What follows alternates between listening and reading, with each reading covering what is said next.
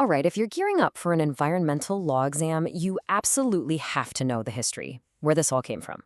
So today, we're going to take a deep dive into the story of international environmental law. We'll trace its path from a bunch of scattered, reactionary rules to the massive global framework we see today.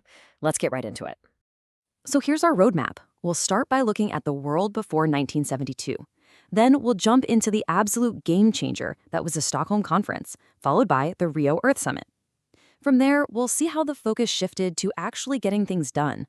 We'll even do a head-to-head comparison of those two huge conferences, and then we'll wrap up with the key legal principles that you really need to know.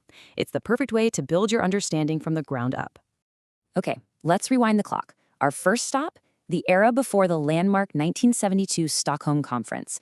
Back then, the whole idea of international environmental regulation would have sounded pretty foreign. It was a completely different world, but this is where the very first seeds of cooperation were planted. To really get a feel for this time, we have to ask ourselves this question: what's the real difference between then and now? The answer isn't just about having more rules. It's about a fundamental shift in how we, as a global community, think about the environment and a country's responsibility to protect it. This slide really breaks down that old mindset perfectly. First and foremost, national sovereignty was king. A state could pretty much do whatever it wanted inside its own borders. Second, protecting the environment was almost never the main goal. It was usually just a happy accident of some other economic interest. The rules were piecemeal, one-off treaties here and there, and they were always reactionary. They only happened after a problem got really bad. And maybe most importantly, they were purely utilitarian. Just look at that 1902 convention. It protected birds that were useful to farmers, but not predators. It wasn't about the ecosystem, it was all about economic value. But even in this era, a few key legal cases started to poke holes in that idea of absolute sovereignty. First, you have the Bering Sea fur seals case. The U.S. tried to stop seal hunting in international waters, but the court said, nope, not your jurisdiction, which just reinforced sovereignty. But then came the trail smelter case, and this one is a huge deal. It established the no-harm principle. You can't use your territory in a way that causes serious damage to your neighbor. Finally, the Lake Lenape case brought in these crucial procedural duties, saying that if you share a river, you've got to notify and consult with each other before you do something big. And right here, this is the heart of the trail smelter decision. This one idea, that your rights end where your neighbor's harm begins, is pretty much the seed from which all of modern international environmental law grows.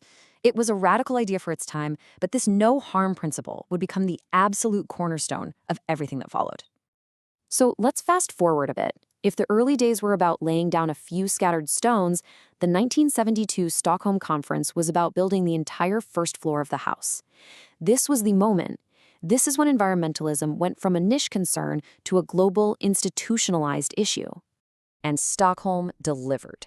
It wasn't just talk, it produced real, tangible things. You got the Stockholm Declaration, a foundational document with 26 guiding principles.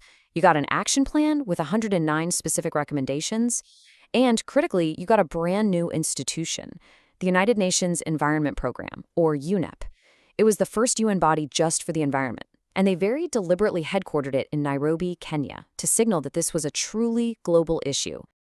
Now, if you're studying for your exams, you have to know Principle 21. This is the grand bargain of Stockholm. It says two things at once.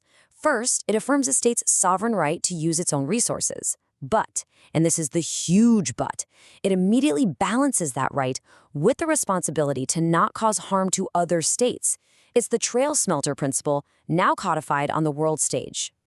And the declaration was incredibly forward-thinking. In Principle 1, it connected a healthy environment directly to human rights. It laid out rules for protecting natural resources. It also waded into the really tricky debate about development versus environment, which was a huge deal for developing nations at the time.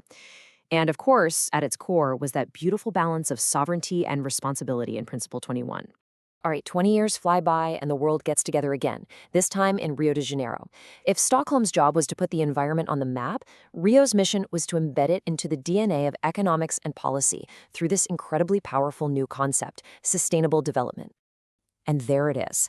This is the definition that changed everything. It came from the Brundtland Commission, and it's brilliant. Sustainable development isn't about choosing the economy or the environment. It's about figuring out how to achieve both. This idea of taking care of ourselves today without robbing from our kids tomorrow became the central philosophy for the entire summit. And whoa, the output from Rio was just enormous.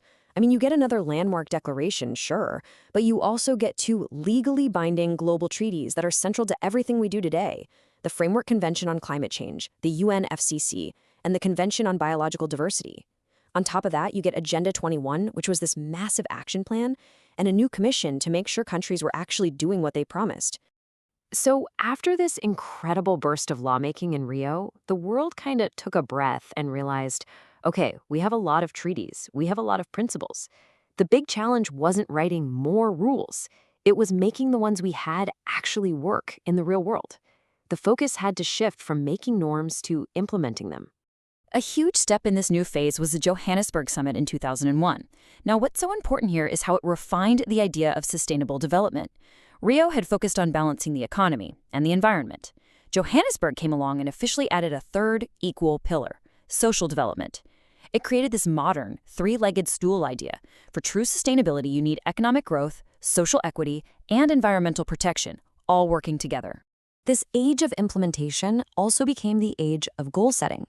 It kicked off in 2000 with the Millennium Development Goals, or MDGs, which had a specific goal just for the environment. Then at Rio+20, they took stock of the challenges and really pushed this idea of a green economy. And all of that led to the 2015 Sustainable Development Goals, the SDGs.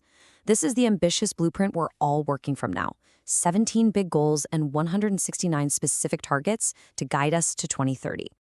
Okay, listen up, because for anyone preparing for an exam, this next part is pure gold. We're going to put the two giants, Stockholm and Rio, side by side. Nailing the differences between these two is absolutely key to understanding how this whole field evolved. Let's break this down. Stockholm's focus was pretty narrow: the human environment and pollution. 20 years later, Rio tackled the much more complex beast of sustainable development. The guest list also changed. Stockholm was mainly a party for states. By Rio, everyone was at the table: businesses, indigenous peoples, you name it. That north-south divide, it was just a murmur at Stockholm. At Rio, it was a central conflict, with huge fights over money and fairness. And finally, the tools themselves evolved, from the broad philosophical principles of Stockholm to the specific practical tools of Rio, like environmental impact assessments. So, we've traced the history. Now let's nail down the most important legal principles that came out of this journey. These are the core concepts, mostly from Rio, that you just have to have in your toolkit. First up, common but differentiated responsibilities, or CBDR. The logic is right there in the name. We all have a common responsibility to protect the planet. But, and it's a big but, those responsibilities should be differentiated. Why? Because developed countries have historically polluted more and have more resources to fix the problem. This principle is all about fairness, and it's still a major point of tension in climate negotiations today. Next, the precautionary principle. Think of it as the better safe than sorry rule, but for international law. It says you don't need 100% scientific proof to act. If there's a serious threat, the lack of certainty can't be an excuse for doing nothing. It basically flips the burden of proof. It's not on us to prove something is dangerous, it's on the proposer to prove it's safe. It's a really powerful idea. Then you've got a classic, the polluter pays principle. It's a simple economic idea. For too long, the costs of pollution, like cleanup or public health issues, were paid for by society. They were an externality. This principle says, nope. The person or company that creates the pollution should have to pay for the damage. It's about making the polluter internalize those costs and build them into their business model. And finally, a super practical tool, the Environmental Impact Assessment, or EIA. This is a procedural requirement. It says that before you go and build a massive dam or a new factory, you first have to do a detailed study of all the potential environmental consequences. It forces decision makers to stop and think before the shovels hit the ground, not after the damage is already done. And that brings our story full circle. From the simple no-harm rule all the way to these complex principles from Rio, we've seen environmental law grow up, moving from just reacting to problems to taking on real responsibility. So I'll leave you with this to think about. As our challenges get bigger and more urgent, which of these foundational ideas do you think will be the most important for the future? Precaution, fairness, polluter pays? It's a question we're all going to have to answer.